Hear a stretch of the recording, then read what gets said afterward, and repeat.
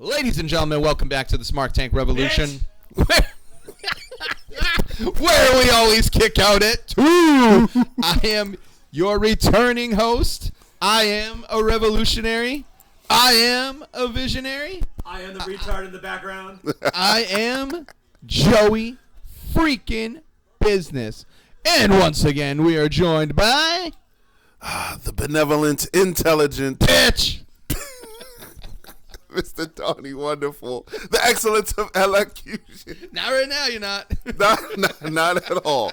And for everyone listening right now, we're watching AEW Revolution with our boy Brody King and Kazuchika Okada. And this is just like one of the worst things. I don't know if they're wrestling over some girl they like at school, because Brody King came out in a bondage mask with the Letterman's jacket, and Okada just came out, bitch, you know. And the reason why we're making fun and poking fun because it's fun, but also because what a fall from grace Kazuchika Okada's had since joining the Tony Khan Alliance, the regime. Oh, He's gone from being everyone's favorite, top 500 darling from all the smarks and all the, PWI 500s to this guy is like, to quote The Rock, I'm going to take a leak because this guy absolutely sucks. Wow. Yes. How long ago was it when he had those match of the year matches with So Kenny? long ago, Pepperidge remembers. Yeah, I would say it was prior to signing to AEW, so about 3 years ago. Just 3 years ago? I'd say 3 to 4 years ago, maybe max. I'm talking about like Wrestle Kingdoms and all that? Wrestle Kingdoms with Kenny Omega. Because it was you're before talking like AEW. 4 or 5 years ago. I had. You're talking with Kenny Omega. Yes, with Kenny Omega. You're talking about like 6 years ago, prior to AEW's inception. Yeah. That seems like that was a completely different Okada than it is now. He was treated as a true main event star, someone that if WWE got their claws on him, you could see him headlining a WrestleMania. I can see that. With somebody like an AJ Styles. Well, I mean, if they would ever give AJ Styles the chance. But I could see him, if he was packaged correctly, he could actually oppose Cody Rhodes at a WrestleMania. But one of them, you know what? Instead for a title, one of the loser would have to unbleach his hair. Yeah, there you go. Exactly. The middle finger's up, bitch. And grow a mustache. Bitch. It's just sad, and I have nothing against Brody King. I have everything against his. K-pop going wrong? I have everything. Joey Business, could you kindly? Yeah, let me explain who the aforementioned Artard is in the background. That would be the most illustrious, the only Peter Griffin that matters here in the NY, in the sky, and everywhere there's pie. Mr. Stevie Oaks. Robert Franzisi's a bitch. Yeah, there we go. And, normally we would say these comments do not reflect the terms of and the conditions of Smart Tank Revolution, but they totally do reflect our terms and conditions and our opinions. So, anyways, we're watching AEW Revolution. We thought, it'd be a nice time to get a reunion going, catch up on, life and its haps. Unfortunately, during the Okada-Brody King match. Unfortunately, it's this pay-per-view tonight, which we have been treated to the likes of Mercedes Moné versus some Momo Watanabe. Wow. Then it was... No, it started with MJF and Adam Page. MJF and Hangman Adam Page, which, to be fair, seemed like a decent affair. Seemed like a decent match. MJF lost. That's a shocker. Clean. Clean, too. Yeah. No interference, no shenanigans. Lost right out the gate. Obviously, they're pushing Page for something big. But Wait. Before we move on to that, because you made an excellent, not analogy. You said what happened. Excellent analogies. Could you let all of the Smart Tank Revolution supporters know your insights on Christopher Daniels, how it started with Hangman? Yeah. I don't understand this bipolar booking with Tony Khan. I mean, we've been saying it since the beginning, but like the feud somehow started with. It's an amalgamation feud because MJF started against Jeff Jarrett with Jeff Jarrett's quest to become the AEW championship in the last rodeo, like the last ride, last rodeo. I forget whatever they're calling it. The last outlaw ride rodeo, whatever. He's a guy who's going out. And Jeff does deserve the title, but I mean, there's a lot of talent above him in that pool. However, you thought really? You thought Jeff was going to be the focus. You thought that, MJF was going to, catapult him into something big. And that's how the feud started. But then all of a sudden it became about Christopher Daniels. But at some point, Hangman took out Christopher Daniels violently. Very violently, and pretty much ended his in-ring career, kayfabe, they're saying. And then MJF did the same thing to Christopher Daniels, and now Hangman's pissed off, madder than a box of hornets, trying to take care of him and defend, fight in his honor, his mentor's honor. What's up with that? It makes no sense, Sugar Shane. Oh, wow. And as we discussed Okada just defeated Brody King. Bitch. We need a soundbite of that. Listen, anyone who disagrees with us on this, bitch, is got a problem. But Okada was something premier. Okada was something special. Okada was something vaunted and wanted and sought after. And it's like Tony Khan got his action figure, and now he's just part of the pile. He's going to go back in a plastic bag, Ziploc, thrown in a tote for a little while, and Tony Khan will play with him in a little bit. Back to Andy's toys. Yeah, I don't know what they're doing. This is not the way you combat the WWE in the hottest streak that they've ever been on. I mean, if you listen to Triple H, they're breaking records every single time they wake up. It's quite spectacular. Yeah. But what's in front of us right now is one of the shining lights in AEW. If you know who they are separately, they are the Hurt Business. They are unbelievable. They are the Hurt Business? I'm sorry, the Hurt Syndicate. There you go. The Hurt Syndicate. And they've done a great job being repackaged via MVP. And I've already messed them up. yeah, Mr. Stevie Hooks in the background. He understood that joke, and he knows that he done messed them up. But they've done a great job of making them a force and menacing. And as the tag champs, I'm very fine with it. I think they're destined for more, but it's nice to see Shelton with gold. Shelton is so overlooked, and it's great to see something happen for him. They're going to be going against the Outrunners, who otherwise I'd like to say the two best Jake the Snakes I've ever seen. I like to call them the Miami Viceless. The Miami Viceless. Ooh, I like that. But I do like their look, though. I do too. That's much more clever. It's very And I like their grainy promos, because their grainy promos are like 80s Betamax tapes. It's just so great. We've said it time and time again. This is just nice. We're don't take this podcast serious tonight, because tough shit. We're just happy to be back on the horn and catching up. Good friends, spouting off our thoughts into this here microphone. But AEW has all the talent in the world, Donnie, and it's just criminal the way they're just being presented. They should be a force that can combat the WWE. They have a backer who is a legit billionaire. So it's not for lack of capital. Mm-hmm. It's for lack of creativity. Their creativity is dry. I don't know where I was going with that. It was going to be very... You're basically saying take Tony Khan off the books. Yeah, 100%. Take him off the books. So who should be there? I don't know. Bryan Danielson, I would say, was a good creative force. I'm also very inclined to believe that somebody, I think it might have even been you, Donnie, that Brandy Rhodes might have been their top writer. It definitely wasn't me. Okay, Brandy Rhodes was pretty damn good in the segment she wrote. Yeah. With the exception of the Cody... stops racism promo. Everything else she did was pretty hot. Okay. And this is just sad the way this is presented. Like, you've got MVP, he's a top star. He's somebody who's still got a lot of juice in wrestling. Some would say Tropicana. And he's still able to, get young guys out there, and youngish guys out there, and get them, in the limelight. And Bobby Lashley and Shelton Benjamin. Oh, Steve, I do kind of see it. But, when they're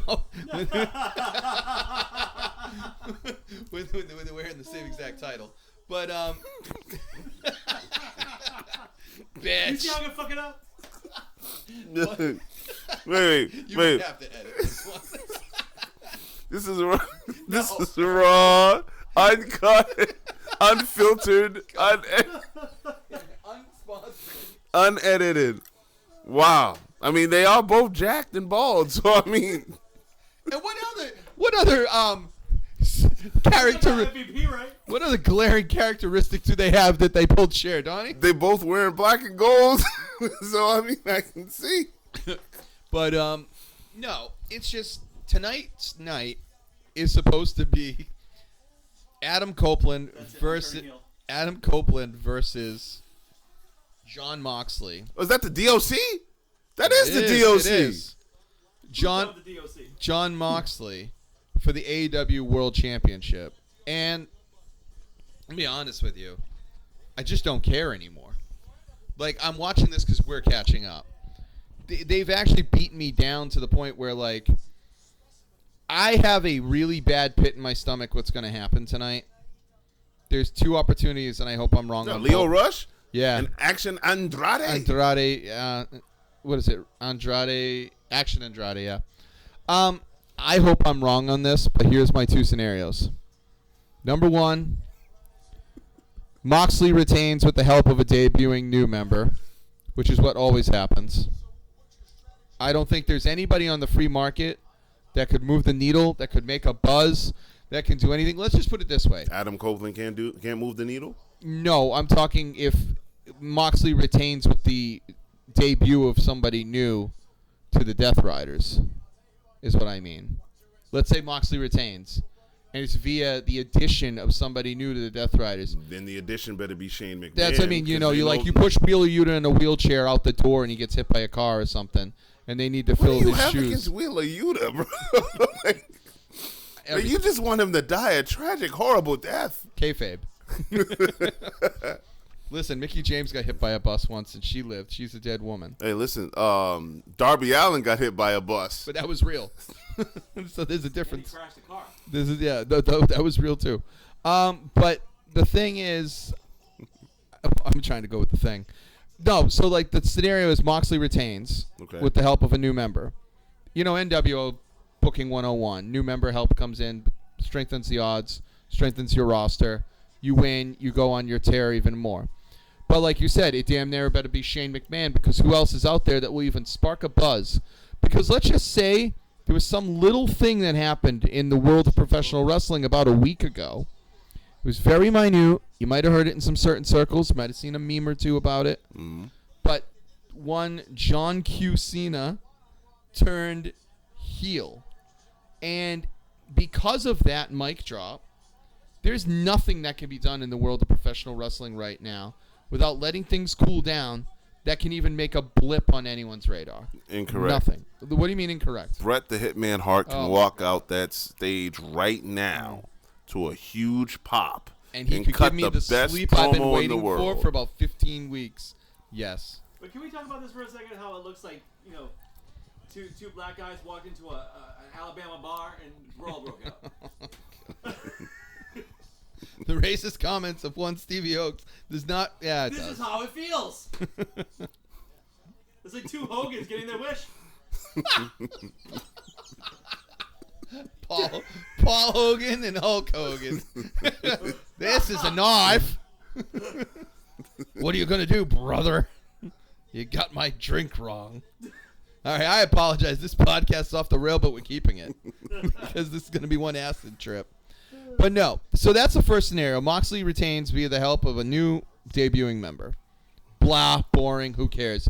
Even if it's Shane McMahon, might pop the needle for about a moment or two. I think it would be the most interesting option they could do if Shane comes in. Then I go on with the rest of my life. But then, option number 2, Adam Copeland actually wins. Okay. Something I've been wanting him to do since he's debuted. But here's the problem, and that's even a scarier solution. Do you know why? Why is that? Because I'm petrified that Tony Khan's going to have a brilliant idea. Such as?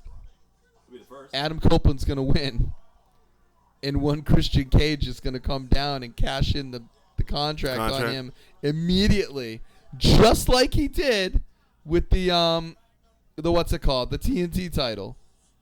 I can see that. Don't tell me you can't see it. Of course you can. I can see We it. can all see it. And it's like scary because what is that going to do? I saw it coming in, Doug. It's just we have to listen. AEW needs to be blown up from the inside. Preferably we restarted without Wheeler Yuta, and it just needs to be done. Like, you need to have more faith. Eddie Kingston's coming back. Eddie Kingston, look, they already fumbled Samoa Joe. Yeah. They already fucking fumbled Samoa Joe. You don't like the trio he's in? Oh yeah, him With and the Hook, handsome devil? the new main eventers. Yeah, love it. Hook's the future. God, the Hook's the future of what? The company that won't be around in 5 years if he's the future? So that's Wheeler Yuta. And That's Hook. Why are they on your hit list? Redwood's on there too. Get him out there. Brian Keith could stay because don't you ever punk ass Chris Jericho. But no, it's just there's nothing they can do. I'm at the point where I don't agree with, this is not a movie universe. It's not an MCU or a DCU. But they really have put themselves in a pickle where I don't see anything other than a soft reboot, pretending it's a television show, and just restarting from scratch. They're in so much of a wrestling rabbit hole, like for booking. I don't know what the hell they're going to do. I don't know what they're going to do. Kenny Omega could have been their savior. You could have had him back and beat Mox. So that he's, playing oi oi oi with Will Ospreay. Ospreay. Like, come on. What the fuck are they doing? You didn't mention anything about Adam Cole, baby. Oh, he needs to eat a sandwich. No Roderick Strong. God, go away. Wow. Yeah, bro. Good Lord, hold on. You're throwing darts at everybody. I'm sorry, dude. Ladies and gentlemen, Joey Business is in rare form. Clean up the roster. You got two talents in here right now that deserve to be there. Then you got people that just gum up the works. Such as? The aforementioned people that I mentioned. And there's more. But wait, there's more. This is just like, I don't know. You tell me what you would do to solve the AEW problem. It's a massive. They want Peter Griffin versus Jack Perry. Ooh. Yeah, they fumbled that ball too. They had to make up. I would, man, if I'm in Tony Khan's place, the first thing I'm doing is, exactly, I'm giving up control. Don't be Bill Belichick here. Just give it up. But give it up to who? I mean, because you have wrestling minds back there. 4-year-old from New Bedford. We got Jerry Lynn's behind the scene. Yeah, Christopher Daniels behind the scene. It cannot be a one person. Big Show's there. Okay, he's a wrestling mind. You can Matt possibly Hardy's bring gone. in Matt Hardy's TNA, right? Yeah, but he would have been a good mind. I mean, you could talk about Bryan Danielson if he's willing to work and do booking, but I think maybe he's comfortable at home. But don't tell me that there's not a list of people backstage that couldn't book. But it just needs to be a collective effort, right? Yeah, they need a collaborative. It cannot be Tony Khan. Please tell me that it has worked. Tony, call Jim Cornette. Don't call that guy. Call Corny, my boy. No, don't call Cornette. But Call anybody. He's got to call somebody. He can even call Saul. Fuck. Better call Saul. Yeah, Don't but know I it mean- late. you hit the nail on the head with the bipolar booking. It's just so bad because for every shining thing, despite Tony Khan's really terrible eye for booking or ear for booking or whatever it is, some things make it through and create greatness. Like Mariah May and Tony Storm is a genius level program that has been so good from start to finish. Stop trying to build a snowman. Every single time they get in there, they create magic. They create something special with their promos, their segments, even their matches. They come at it from a different angle. They complement each other so well. Well, the women on the roster are actually exceptional. I like Jamie Hayter. I mean, I do too. I love Jamie Hayter. Willow Nightingale. I think Willow's very underrated. Yep. Stats dope. I don't know where my girl is except doing gambling. Cool. Dr. Britt Baker, DMD, baby. I hear she's not happy. She's just gambling and winning. So. Oh, there we and go. just like that, yeah. See, the Hurt Syndicate goes over. I didn't think the Outrunners were going to win, and that was the right choice. I think the Hurt Syndicate needs to go on a tear. They sure do. Yeah. But what we'll do is we'll take a pause for the cause, and we'll get back to more rambling on this microphone and just going on our usual tangents as we always do. Damn right. We have a lot to talk about. We have a lot to discuss. We got so much. There's so much meat on the bone.